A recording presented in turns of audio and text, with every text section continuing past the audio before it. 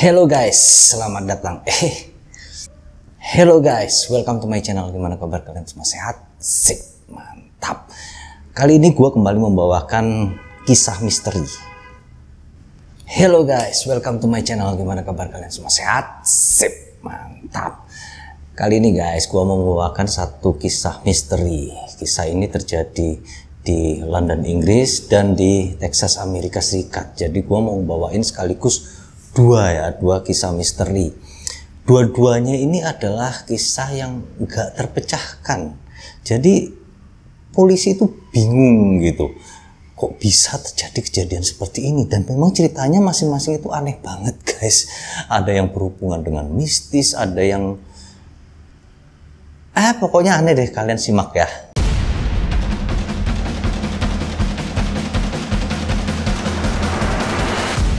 Sip, mantap.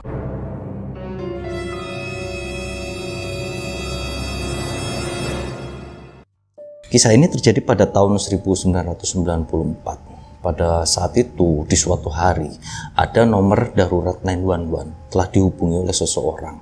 Telepon itu berasal dari wilayah Celina, Texas. Tepatnya itu adalah rumah dari keluarga Mabel. Saat telepon itu diangkat oleh petugas 911, anehnya itu sama sekali nggak ada suara yang terdengar. Polisi langsung mencurigai dan mereka pun merespon laporan dari 911 itu. Mereka bergegas menuju rumah keluarga Mabel. Sesampainya di sana, mereka mendapati sang pemilik rumah dalam kondisi yang sangat mengenaskan, beserta dengan banyak hal misterius dan berkaitan dengan okultisme. Okultisme itu semacam kepercayaan terhadap hal-hal supranatural seperti sihir. Dia berasal dari bahasa Latin yang okultus itu artinya kegelapan. Keluarga Mabel ini terdiri dari Travis, Olivia, dan anak laki-laki mereka yang bernama Aiden Mabel. Keluarga ini tampak seperti keluarga normal biasa yang tinggal di pinggiran kota Celina, Texas. Seenggaknya kenormalan keluarga mereka ini terjadi hingga tahun 1990, di mana pada tahun itu terjadi sebuah peristiwa yang sangat mengerikan. Pada tanggal 13 Maret tahun 1990 ada sebuah insiden yang sangat fatal terjadi. Anak laki-laki satu-satunya keluarga itu yang bernama Aiden Mabel, dia telah meninggal dengan cara tenggelam di dalam kolam renang. Aiden Mabel ini saat itu berusia 7 tahun. Karena kejadian ini, orang tua dari Aiden yaitu Travis dan Olivia ini sangat terpukul. Tapi yang paling parah tampaknya menimpa psikologis dari Olivia. Wanita itu tenggelam dalam kesedihan yang sangat dalam. Ia bahkan keluar dari pekerjaannya. Olivia ini seperti tidak bisa merelakan dirinya ditinggalkan anak yang sangat disayanginya itu. Ia pun mulai menarik diri dari kehidupan sosial. Hingga puncaknya terjadi 1 tahun kemudian. Travis dan Olivia akhirnya bercerai. Memang kalau hal ini menimpa ke siapa aja sih pasti shock, stres sih menurut gua.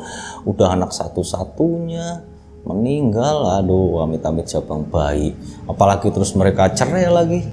Tak lama setelah perceraian itu, Travis ini menikah lagi dan dia pun pindah ke Inggris bersama dengan istri barunya. Sementara itu, Olivia Mabel sangat jarang terlihat. Tetangganya terakhir melihat wanita itu pada bulan September tahun 1991 dan sejak bulan itu wanita ini tidak pernah lagi menunjukkan dirinya. Dan kasihannya lagi guys, Olivia Mabel ini ternyata nggak punya sanak saudara. Dia sebatang kara di dunia ini. Waktu berlalu sampai tanggal 27 Februari tahun 1994. Saat itu sekitar pukul 9:30 malam. Kantor kepolisian Texas menerima sebuah laporan adanya sambungan telepon 911 dari rumah keluarga Mabel. Namun setelah diangkat oleh petugas 911, sang penelpon ini sama sekali tidak berbicara. Polisi kemudian segera bergegas menuju rumah keluarga itu yang terletak di pinggiran kota yang cukup sepi suasananya. Begitu sampai di sana, polisi mendapati rumah itu tampak seperti rumah yang tak terurus dan telah lama ditinggalkan oleh pemiliknya. Polisi yang berkali-kali mengetuk dan memanggil penghuni rumah akhirnya terpaksa membuka paksa pintu karena tidak ada jawaban. Saat pintu rumah berhasil terbuka, kesan pertama yang didapat adalah keadaan yang sangat sunyi dan senyap. Hawa pengap langsung terasa seolah-olah rumah itu gak pernah terbuka dalam waktu yang sangat lama. Polisi memeriksa rumah itu sampai mereka mendapati kamar Aiden, di mana Olivia ini berada di dalamnya. Olivia saat ditemukan dia mengenakan gaun tidur dan sandal. Tangannya menggenggam boneka kayu yang aneh. Dia tengah duduk di atas sebuah kursi roda. Dan wanita ini telah meninggal dunia. Pada investigasi awal, polisi menduga bahwa Olivia Mabel ini telah meninggal sejak lama, mungkin lebih dari setahun. Tepat di hadapan jasad Olivia itu ada sebuah meja altar yang ditutupi dengan sprei anak-anak. Di atas meja itu terdapat foto Aiden, mainan anak-anak, beberapa gambar, lalu bunga, ada juga surat-surat yang ditulis oleh Olivia untuk Aiden. Selain itu ada beberapa lilin serta sebuah jambangan yang diduga berisi abu dari Aiden. Selain itu juga terdapat kertas-kertas yang ditulis dalam bahasa Sanskerta. Olivia ini terakhir terlihat tahun 1991 ya, kemudian mayatnya ditemukan tahun 1994. Berarti dia 3 tahun menghilang guys. Melihat fisik dari jenazah Olivia, polisi memperkirakan umurnya sudah 1 tahun lebih. Kalau jenazah umur 1 tahun di ruang terbuka itu kayak apa ya? Selain altar tersebut yang cukup menyeramkan, ada sebuah catatan misterius juga ditemukan polisi. Pada bagian atas catatan bertulisan tangan itu tertulis jelas 2/27/1994. Itu artinya tanggal 27 Februari tahun 1994. Tanggal itu adalah tanggal di mana polisi menerima panggilan telepon darurat 911. Lalu di bawahnya ada tulisan, "My Aiden, I'm sorry. I should have never let you keep me, you feel evil creature. Mommy coming for you Aiden, my sweet Aiden, mommy love you." Widih, kok ada tulisan evil creature segala ya guys, aku hubungannya ini. Ini mungkin yang menyebabkan polisi itu bingung mengungkapnya ya, karena ada hal-hal mistis di sini.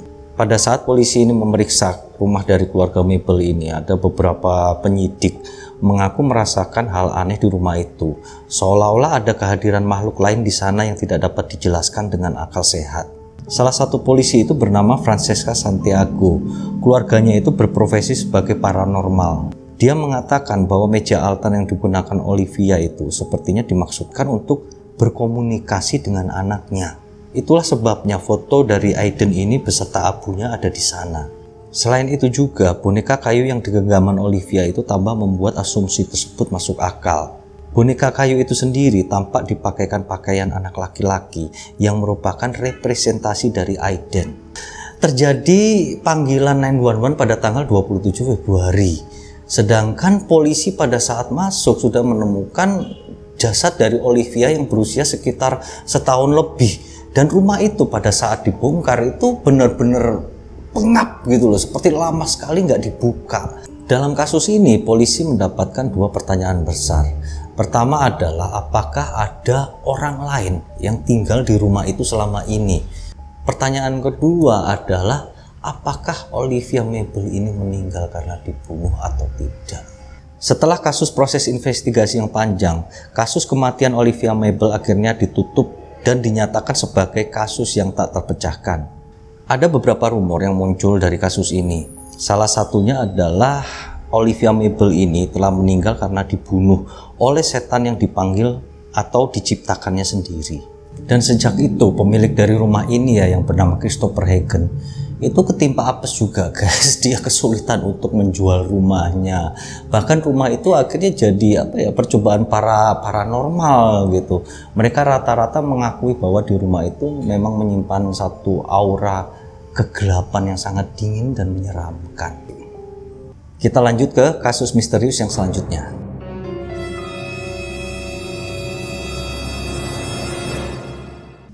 Kasus misterius yang terjadi di London, Inggris ini menimpa seorang wanita yang bernama Joyce Carol Vincent. Dia dilahirkan di Hammersmith, Inggris pada tahun 1965. Ia adalah anak bungsu dari 5 bersaudara. Si Joyce ini adalah wanita yang cantik, berkepribadian menarik. Semua orang pasti mengira bahwa wanita ini kelak akan memiliki masa depan yang sangat cerah. Pada akhir tahun 1980-an, Joyce pindah ke London, di mana di sana dirinya bertemu dengan seorang produser dan musisi-musisi terkenal dunia. Joyce bahkan pernah bertemu dengan Stevie Wonder, Betty Wright, hingga Nelson Mandela.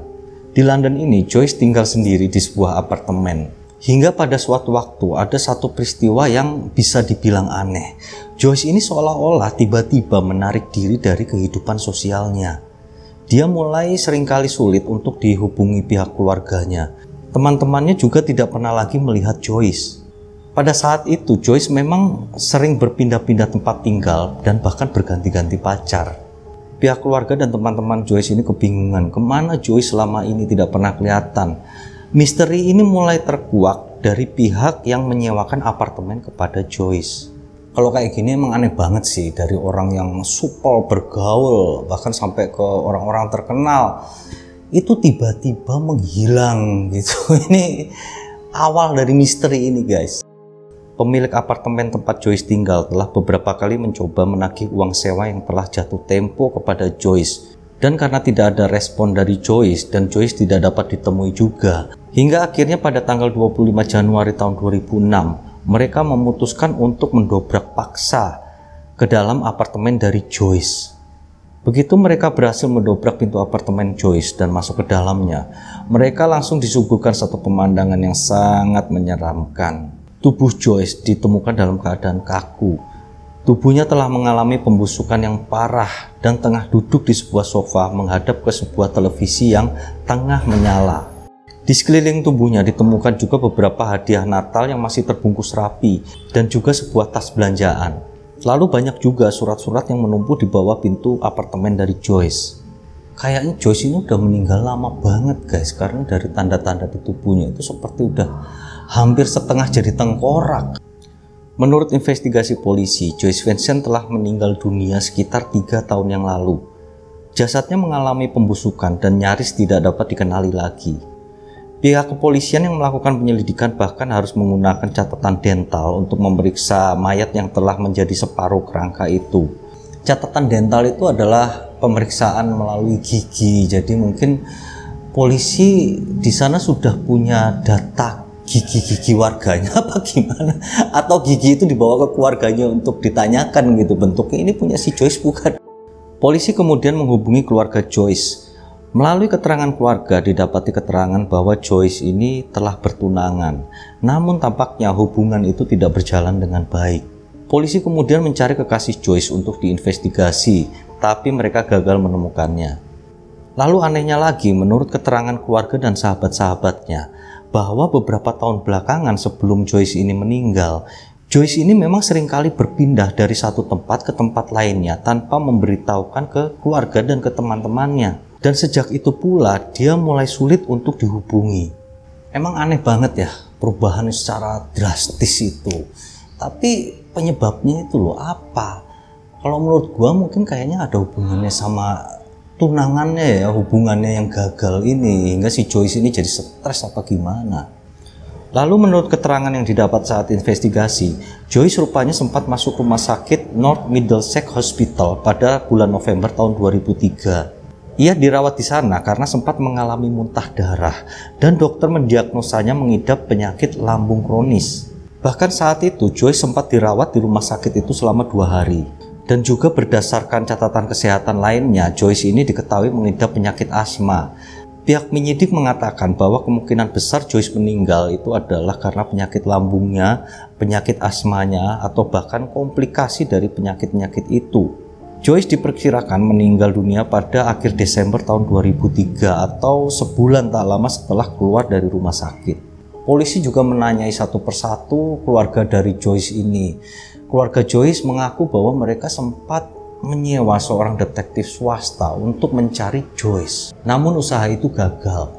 Sementara itu, tetangga yang tinggal di dekat kamar apartemen Joyce tak pernah melaporkan adanya sesuatu yang aneh. Nggak tahu mereka itu kurang perhatian pada tetangga atau memang Joyce yang menutup diri dari orang-orang sekitar. Namun memang ada beberapa orang tetangga Joyce ini yang memberikan keterangan bahwa mereka sempat mencium bau yang sangat busuk. Salah satu tetangga Joyce ini bernama Michael Dobbs. Dia bilang bahwa setiap buka jendela apartemennya dia selalu mencium bau yang sangat aneh. Dan dia melihat ada semacam serangga hitam kecil yang bertebangan dan berkerumun di sekitar apartemen dari Joyce. Hingga pada akhirnya polisi pun menyerah dan menutup kasus dari Joyce Vincent ini sebagai kasus yang tidak terpecahkan. Memang aneh banget ya, orang yang tadinya sangat sangat ceria gitu, tiba-tiba menutup diri, kemudian tiba-tiba menghilang selama 3 tahun dan lalu ditemukan sudah menjadi tengkorak di apartemennya. Kalau menurut dugaan gua nih guys, jadi si Joyce ini memang meninggal ada hubungannya dengan tunangannya. Dia kecewa, akhirnya dia stres, depresi gitu karena hubungannya yang putus atau gimana, hingga dia pun banyak mengurung diri di dalam apartemennya. Ditambah memang dia punya riwayat sakit yang sakitnya berat-berat ya, asma, lambung kronis gitu. Jadi itu membentuk satu formula yang sangat mengerikan ya untuk manusia. Jadi itulah menurut gue yang menyebabkan Joyce Vincent ini meninggal dunia.